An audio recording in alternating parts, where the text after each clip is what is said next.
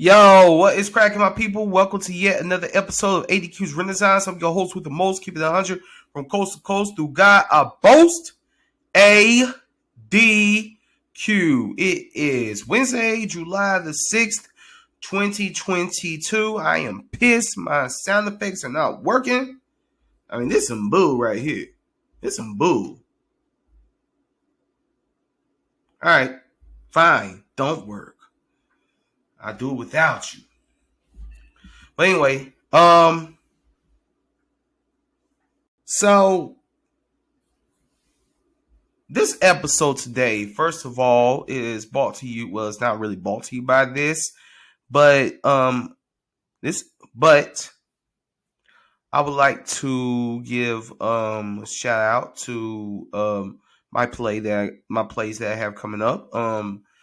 Messy Millennial Starter Pack taking place over at the Stephen D. Hires Theater, 200 North Davies Street, Greensboro, North Carolina. Stephen D. Hires Theater inside the Greensboro Cultural Center. The show starts at 7:30. I'm acting in it. Pull up, okay? Also, another show that I have going on is Assassins, in which I'll be playing Samuel Bick. If you watch the assassination of Nixon, if you are familiar with Assassins, Samuel Bick is a guy who conspired to assassinate Richard Nixon through a flyby jet action, a 747 action. Actually, anywho, yeah, I'm in that. It's taking place. Let me look at the dates because I have not memorized the dates just yet. It is a blessing to be in two plays at once. It's a blessing. Hold on for a second. Let's see. Yo, I hate when people talk like this. That is so annoying. So let me stop. Let's see.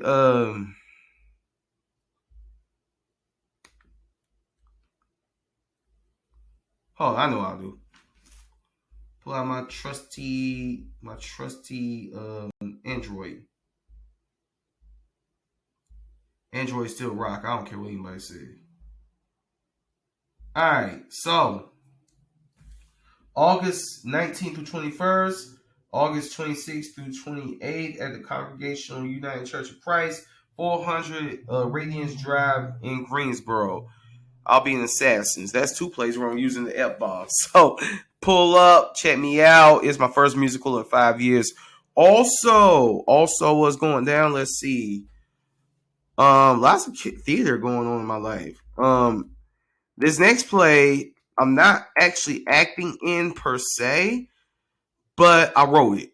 It is currently being directed. Well, not currently because auditions are taking place July 14th and 15th, but the actual play is The Art of Life, written by yours truly. Oh yeah, playwriting. I do it. I do this. I does this.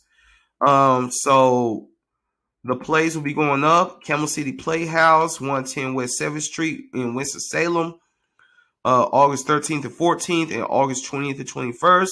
My play will be going up one night of both weeks, so pull up, check it out, check it out.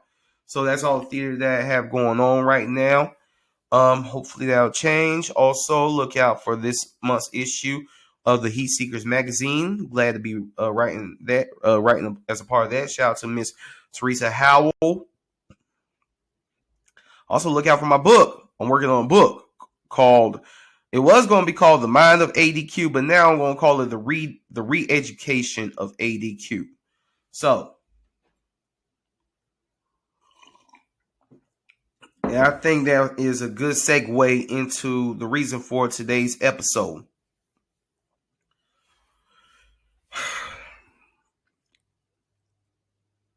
We as Black people really need to re-educate our minds. I was walking the other day, right? I've been walking a lot lately. I hope that it looked like I'm doing something. I mean, I think my face look a little bit smaller, but I've been walking a lot lately, right? I'm walking, I'm sweating, I'm shedding the calories and stuff. And I was walking on 4th of July, right? On Monday. And I get a text from my aunt wishing me a happy 4th. Here's the thing, yo. You can appreciate the gesture, but when you have a super conscious mind like my own, who is overthinking, underthinking, inner thinking every single thing about everything. I mean, you have the fact that I'm a conscious mind, and you have the fact that I'm a Virgo, and Virgos are super analytical. So you add that to it, and I get pissed. I got pissed. Why did I get pissed though? All she did was just send me a text saying happy 4th. Because someone else also sent me a happy 4th text. And, anybody who knows the path of which ADQ has been on for the past year or so will know that wishing me a happy 4th is going to be a trigger of some sort. You know what I'm saying? Like yesterday, I was talking to somebody. I was talking about how I don't really celebrate any holiday. I really don't. When I think about it, I don't celebrate. I might celebrate Halloween, Kwanzaa, which Kwanzaa is not a nationally recognized holiday, and I think that and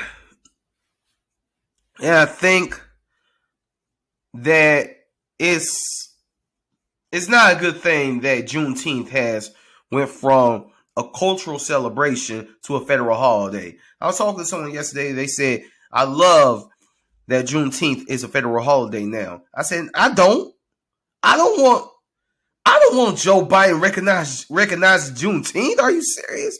Mind you, this was a white person who said that. But I don't want Joe Biden recognizing Juneteenth. Black people, listen to me. Joe Biden is the enemy, okay? Now we're gonna get to the 4th of July in a minute, but this all serves each other. Joe Biden is your enemy. Joe Biden is not in favor of you. I don't give a rat's behind that he was Barack Obama's vice president for 8 years. How he served faithfully for 8 years. How they like to put together these romanticized stories about Joe serving in Congress and working in Congress while his son Bo was suffering for whatever. Who cares? Watch the crime bill speech. Watch him saying that Mexican kids are almost as smart as white kids, something like that. Watch him saying to Charlemagne the God, if you can't decide between me and Joe Biden, between me and Donald Trump, then you ain't black. I don't care if he hang around. I don't care if black people hang around him. What's that supposed to mean?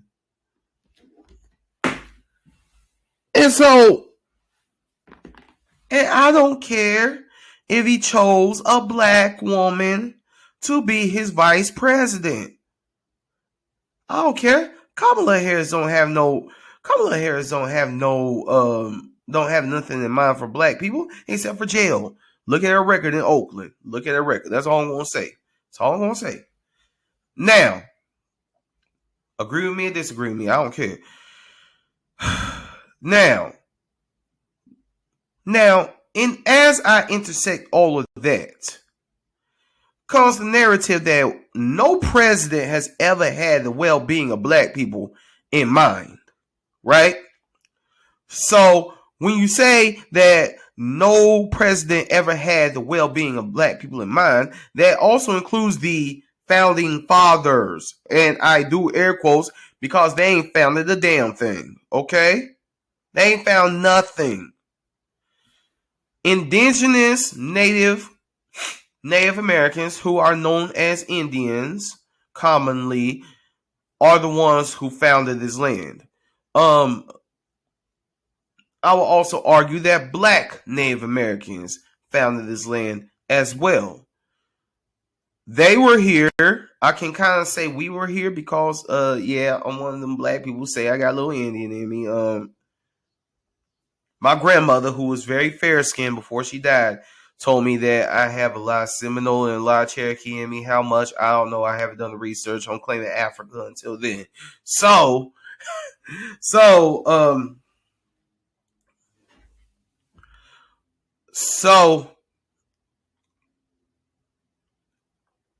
there were a large amount of Native Americans who founded this space, this place, and there are black people here. We're the original people. We were all over the place. Well, so this is where Thanksgiving becomes problematic. Puritans who were fleeing the religious oppression from the King of England, who I think was King James, I'm not sure, but they came here and slaughtered Native Americans through disease and through bang, bang, bang, bang, bang. Columbus was a part of that sort who also did it.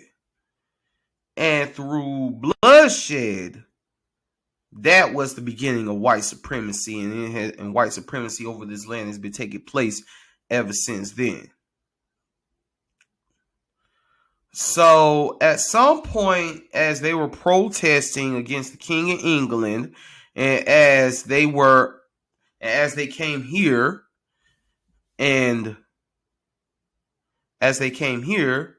slaughtered all of the natives who were already here, all the indigenous natives who were already here,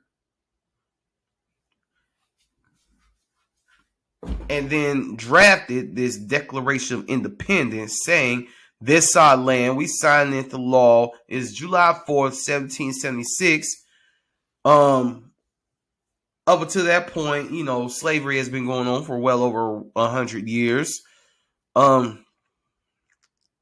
Because they wouldn't have had this land if they wouldn't have went to Africa and found Africans, pulled them here, and had us building this joint. So due to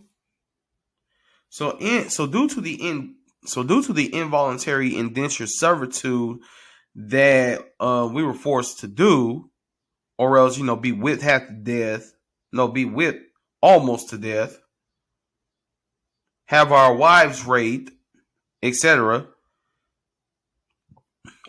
It was due to that they were able to build and sustain the Confederate States of America. I'm sorry, the United States of America. Keep in mind, the first few presidents were slave owners, and I would not doubt that any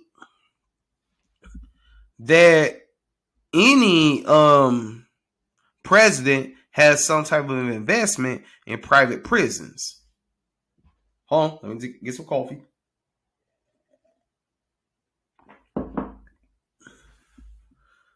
So, in me saying that, they signed the Declaration of Independence June 19th, 1865. Slaves were in bondage for another 89 years, almost another century after the Declaration of Independence. The Declaration of Independence does not apply to black people. The Emancipation Proclamation, which abolished slavery for political reasons, it didn't really abolish slavery. It more so put kind of like a loophole through slavery, because due to the 13th Amendment, according to the 13th Amendment, no one can be subjected into involuntary servitude unless incarcerated. And yes, see, and you see who's taking up the prisons, right? Right? So I ask you, knowing that once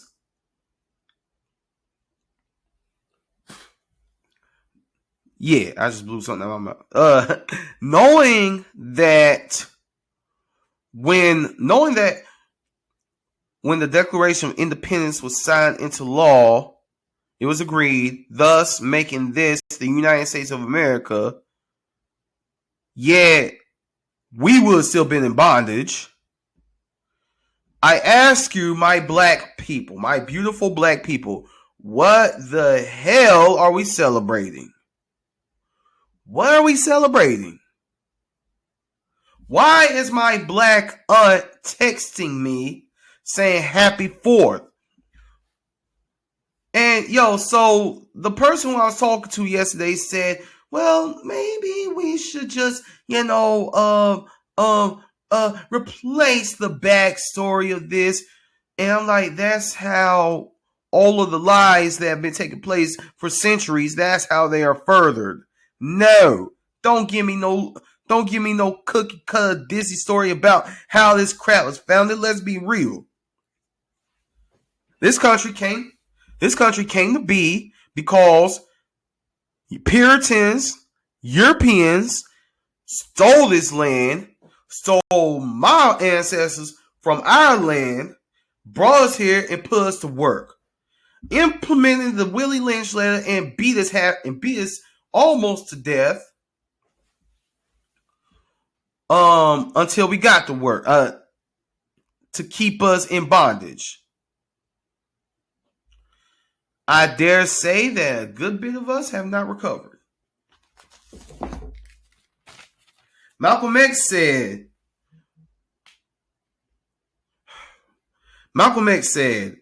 you're not to be so blind with patriotism that you can't face reality. Wrong is wrong. The great El Hajj Malik Shabazz, better known as Malcolm X, said that. Let's see what Dr. DeGroy says in Post-Traumatic Slave Syndrome.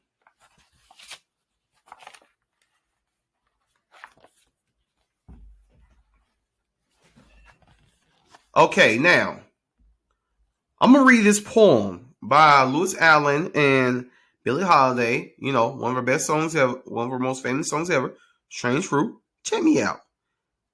Mind you, this was taking place during her time. This was taking place while they were signing the Declaration of Independence in law. Southern trees bear strange fruit, blood on the leaves and blood at the root. Black bodies swinging in the southern breeze, strange fruit hanging from the popular trees. Pastoral scene of the gallant South, the bulging eyes and the twisted mouth. Seen the magnolias, sweet and fresh, then the sudden smell of burning flesh. Here's fruit for the crows to pluck, for the rain to gather, for the wind to suck, for the sun to rot, for the trees to drop. Here's a strange and bitter crop. She was talking about black people who were being lynched.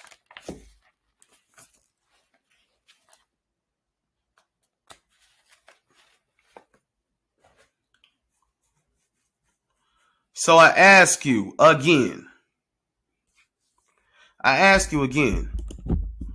What are we celebrating?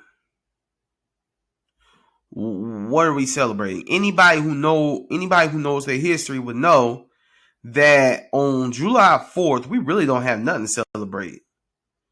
Okay, y'all could go out there, y'all could pop off some firecrackers and whatnot, have fun. But I'm a realist and I'm an idealist also sometimes, depending on the situation. But I know that on the 4th of July, we have nothing to celebrate, yo. Absolutely nothing. This is why knowledge of self is so important. If you have knowledge of yourself, you're going to know what you were before you became you. What I mean by that, what I mean is, who are your ancestors? How locked in are you to your ancestors? And you will know what did your ancestors have to endure prior to you coming into the life in which that you are occupying right now? Because 100 years from now, my descendants are going to know that we've been talking about freedom, justice, and equality for hundreds and hundreds of years. We weren't free in 1922. We weren't free. Hold on. Let me rephrase that. My bad. Let me rephrase that. I'm free. All right. We're free once we change the way we think. You know what I'm saying? Just like people like Solomon Northup and Frederick Douglass and free black men were going about in the North and stuff, living life.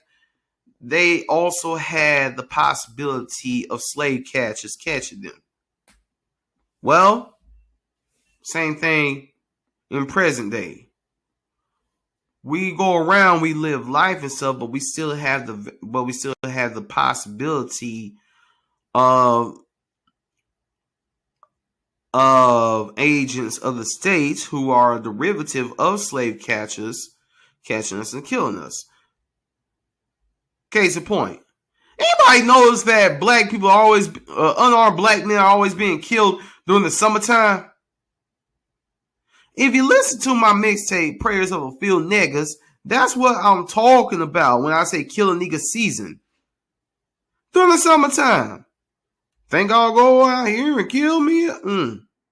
So, check this out. July 4, 2022, this comes from PBS NewsHour.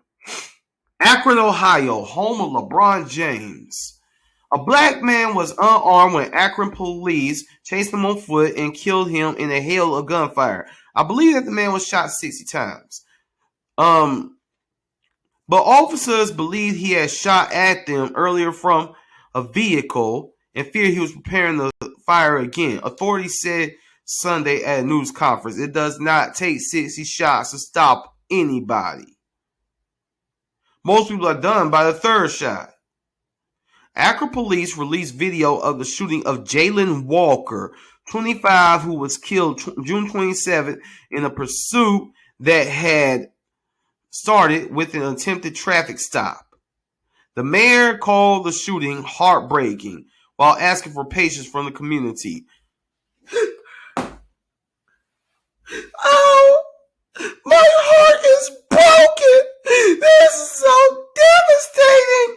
Oh, shut up. Man, I hate when people find out about black people being killed and they get all up in their feelings and stuff. Bruh, your tears ain't going to solve nothing. Your tears ain't going to solve nothing. Anyway, it's not clear how many shots were fired by the 8 officers involved. 8 officers to stop one person. But Walker sustained more than 60 wounds. An attorney for Walker's family said officers kept firing even after he was on the ground. Did you see Training Day? Y'all saw Training Day? The end when Denzel Washington's character was blown up? That sounds like what happened. Officers attempted to stop Walker's car around 12:30 a.m. for unspecified traffic and equipment violations, but less than a minute into a pursuit, the sound of a shot was heard from the car, and a transportation department camera captured that appeared to be a muzzle flash coming from the vehicle. Akron Police Chief Steve Milet said, that changed the nature of the case from a routine traffic stop to now a public safety issue, he said. Philando Castile was supposed to be a routine traffic stop. As he was reaching to show his gun permit, pop, pop, pop, pop, pop, pop, pop. Police body camera videos show what unfolded after the roughly 6-minute pursuit. Several shouting officers with guns drawn approached the slowing car on foot as it rolls up over a curb onto a sidewalk. A person wearing a ski mask exits the passenger door and runs towards a parking lot. Police chase him for about 10 seconds before officers fire from multiple directions in a burst of shots that lasts 6 or 7 seconds. At least one officer had tried first to use a stun gun, but that was unsuccessful, police said.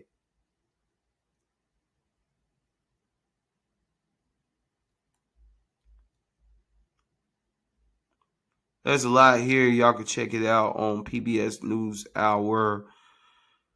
But yeah. So,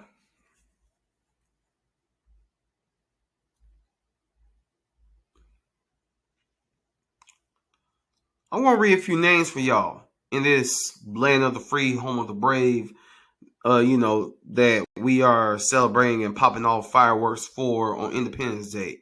Let's see. Amadou Diallo, Aiyana Jones, Rakia Boyd, Timothy Russell and Melissa Williams, Jonathan Farrell, DeAndre Hamilton, Eric Gardner, John Crawford III, Michael Brown, Ezel Ford, Akai Gurley, Tamir Rice, Jerame Reed, Charlie Leondo Quing. Sorry, I couldn't pronounce the man's name.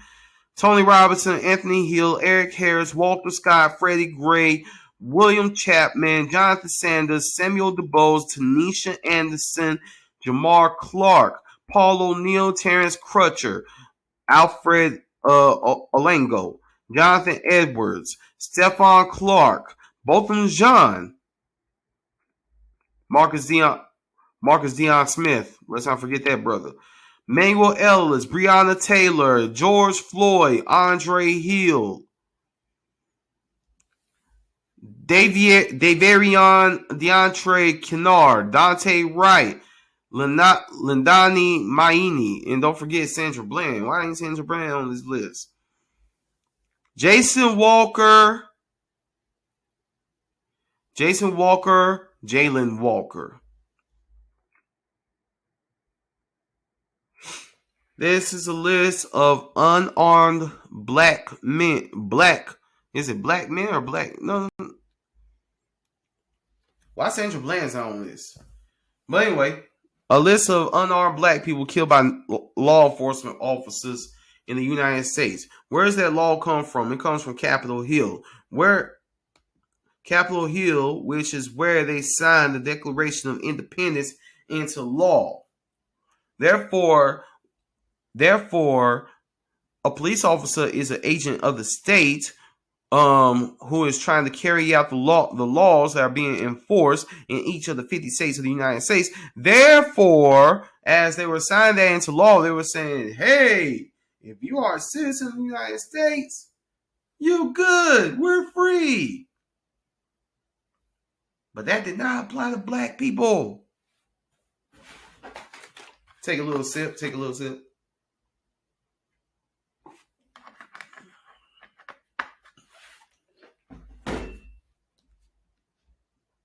Frederick Douglass did a speech called What the Slave Is to the 4th of July.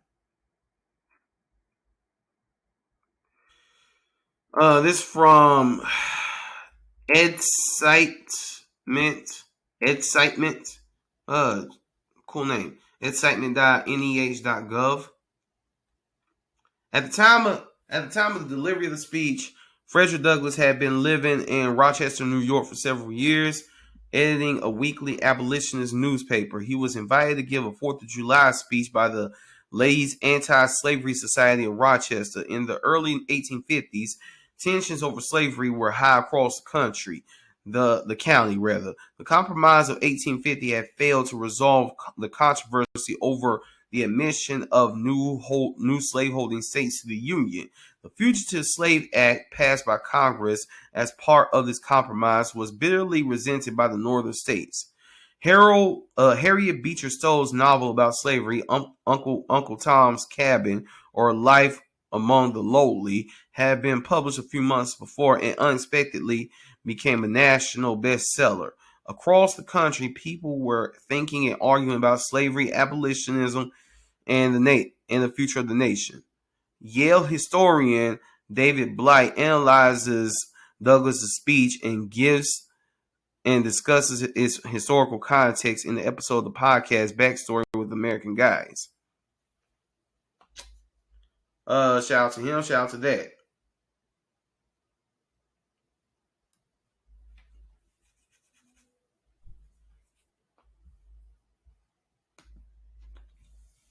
So the 4th of July means to me,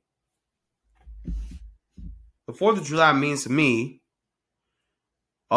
bunch of people signing the country into law saying we are a country now because we have these free black people building it for us.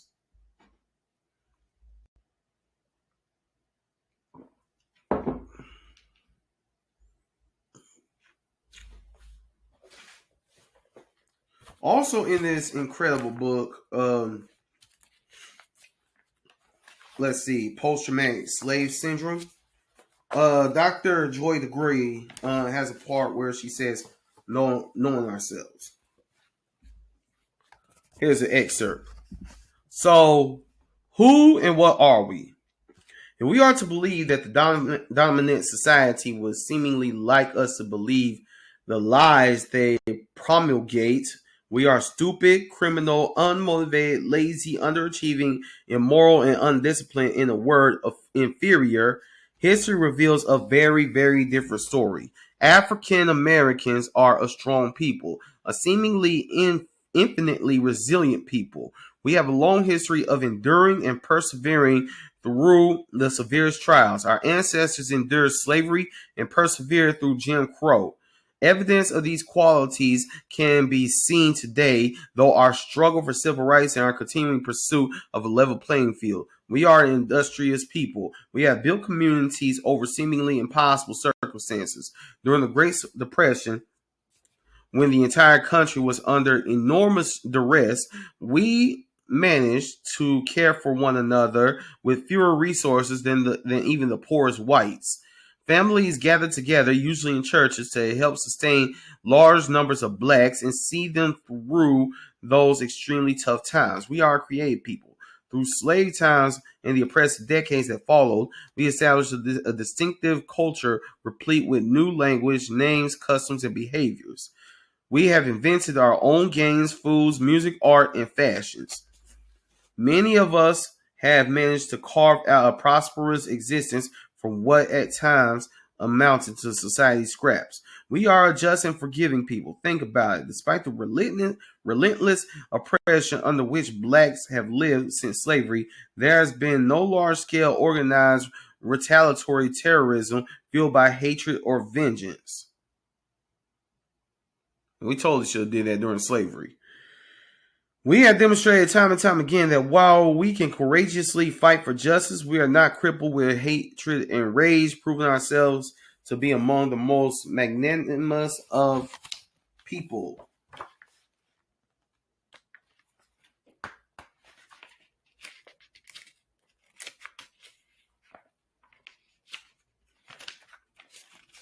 We are a spiritual, loving, and hopeful people. Buy this book, by the way. Buy the book.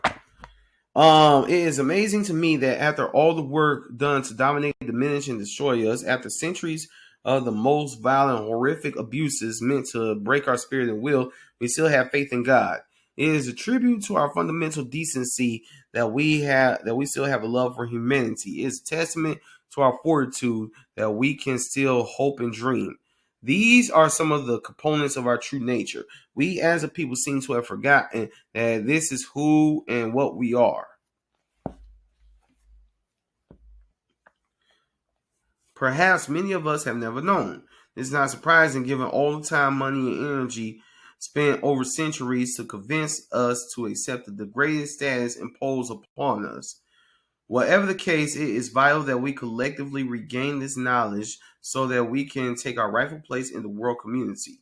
It is crucial that we come to understand ourselves and have that understanding permeate us to our very core. For such a deep understanding will make healing from our wounds that much more complete. Oi. Let's see real quick.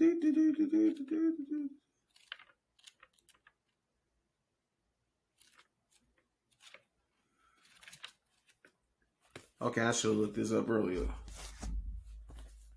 I know Dr. Browder has something to say about the fourth. Let's see.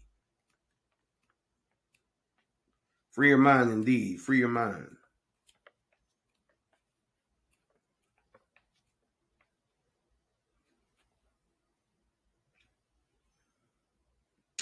Oh, the Declaration of Independence and the Constitution are both Masonic documents which were written in Masonic code and have a totally different meaning to the members of the Masonic order.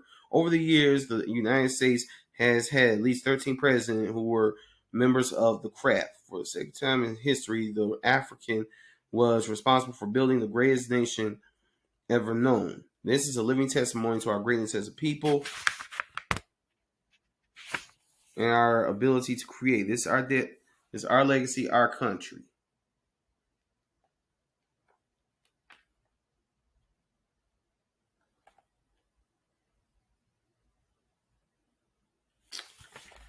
Y'all remember how Donald Trump kept on saying "Make America Great Again"? Well, it is a slave who was responsible for making America great. Many blacks have been. It's from the Browder Files. Many blacks have been miseducated into thinking that Africans were nothing but savages, and that coming to America was the best thing that could have happened to us. In actuality, slavery represents just one page in the encyclopedia of Africans' greatness. Let's see. The Washington Monument is the tallest structure in the metropolitan area. No other structure is allowed to obstruct this view.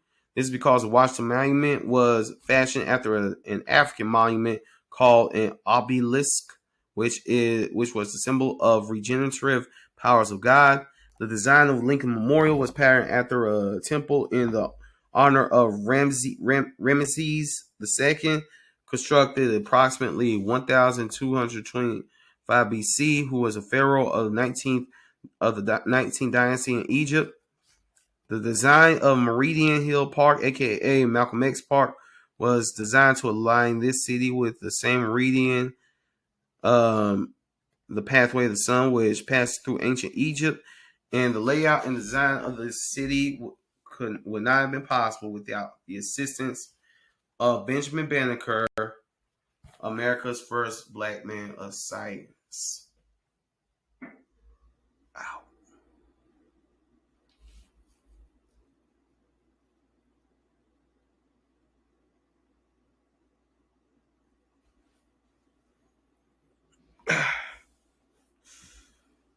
So, my knees are hurting. So, with all of that being said, knowing how many people were killed by the state, and it's just something that's been taking place since slavery, since the inception of this country, I ask you, what are we celebrating? What are we celebrating? That's just my question to my people. So, I'm going to get out of here because I don't like you all hearing me talk very long by myself. We trying to get Kilo. Kilo, where you at? We're going to get Kilo up in here. And y'all look out for my plays. This has been ADQ's Renaissance. Thank you very much for tapping in. Everybody have a wonderful, wonderful day. Pick up a book.